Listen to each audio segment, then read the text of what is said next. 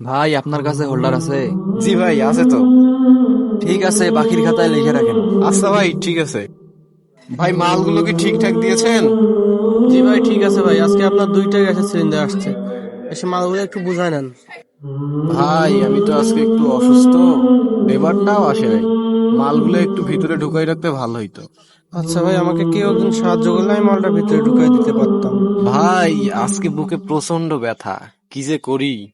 আপনি তো অসুস্থ। আচ্ছা ঠিক আছে ভাই, আপনি আমাকে একজন ব্যবস্থা করে দেন, দুইজন হলে আমার একটু সুবিধা হইতো। ভাই আমার কিছু টাকা লাগবে, টাকা দাও।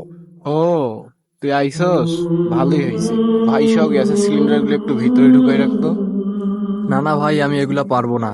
এইগুলাতে অনেক ধুলাবালি আছে, আমার কাপড় নষ্ট হয়ে যাবে। দেখ ভাই, আমার বুকের ব্যথাটা আজকে একটু বেশি হয়েছে। ভাই, সব সিলিন্ডার গুলো ভিতরে রাখ, তারপর তুই কোথায় যাস যা। না না ভাই, আমি এগুলা পারবো না, আমার বন্ধুরা ওয়েট করতেছে, আমাকে টাকা দাও। তুই কখনোই তোর বড় ভাইয়ের কথা শুনিস নাই, আজকেও শুনলি না। বল, তোর কত টাকা লাগবে? 2000 টাকা লাগবে।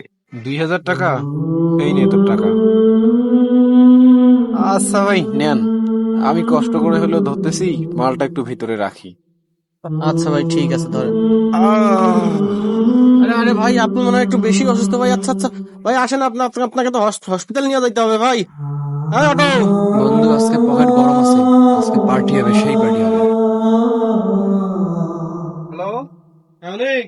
জি ভাইয়া, তোমার বড় ভাই তো আজকে মারা গেছে। কি? কি রে, কি হইছে?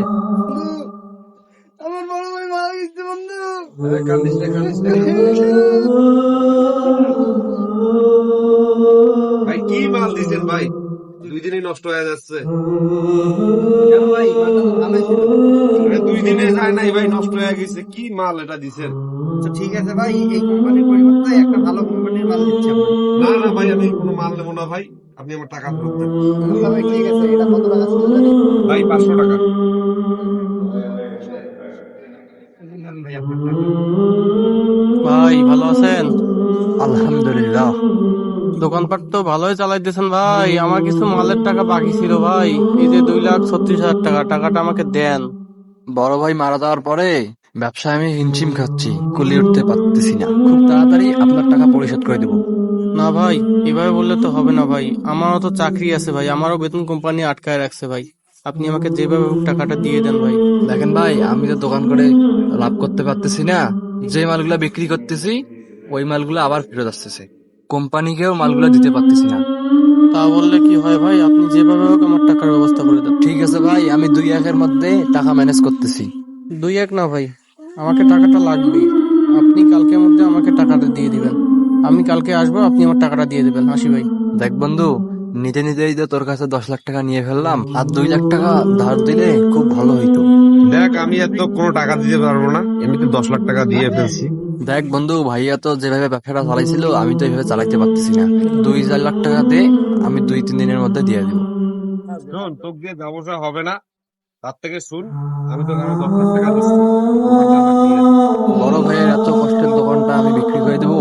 দাঁড়া, আমি তোকে ভাবি চিন্তে জানাচ্ছি। ভাই, আমার টাকাটার ব্যবস্থা করছেন? না ভাই, এখনো তো টাকাটা ম্যানেজ করতে পারিনি, আমাকে আর কিছুদিন সময় দেন। তা বললে কি হয় নাকি? যেভাবে হোক আপনি আমাকে আজকে টাকাটা দেন ভাই। দেখেন ভাই, আমার বড় ভাই দোকানটা যেভাবে চালাইতো, এভাবে আমি আর কুলি করতে পারতেছি না। বাসা থেকে অনেক টাকা ইনভেস্ট করছি এই দোকানে, কিন্তু লাভবাই হতে পারতেছি না। আসলে ভাই, আপনার বড় ভাই একজন ভালো মানুষ ছিল, আমার লেনদেন তো খুব ভালো ছিল, এই জন্য আমি ওনাকে বাকি দিতাম। আর আপনার তো লেনদেন ভাই ভালো হচ্ছে না ভাই। এখন দেখেন ভাই, কি করবেন, যা করলে ভালো হয় সেটাই করেন। তা ভাই ঠিক আছে, আমি কালকের মধ্যে আপনার টাকাটা পরিশোধ করে দেখুন তো, এই যে দোকানের কাগজটা এইখানে, আর আমার 10 লাখ টাকা দেন। আজকে থেকে দোকান তো হয়। আচ্ছা ঠিক আছে, 10 লাখ টাকা তো তোকে দিছি। বড় ভাই আসুক, আর 10 লাখ টাকা তোকে দিব। আমাদের সমাজে এরকম অনেক মানুষ আছে যারা দাঁত থাকলে দাঁতের মর্যাদা বোঝে না। আজকে যদি মর্যাদাটা বুঝতো তাহলে এই পরিণতিতে তাকে পড়তে হতো না।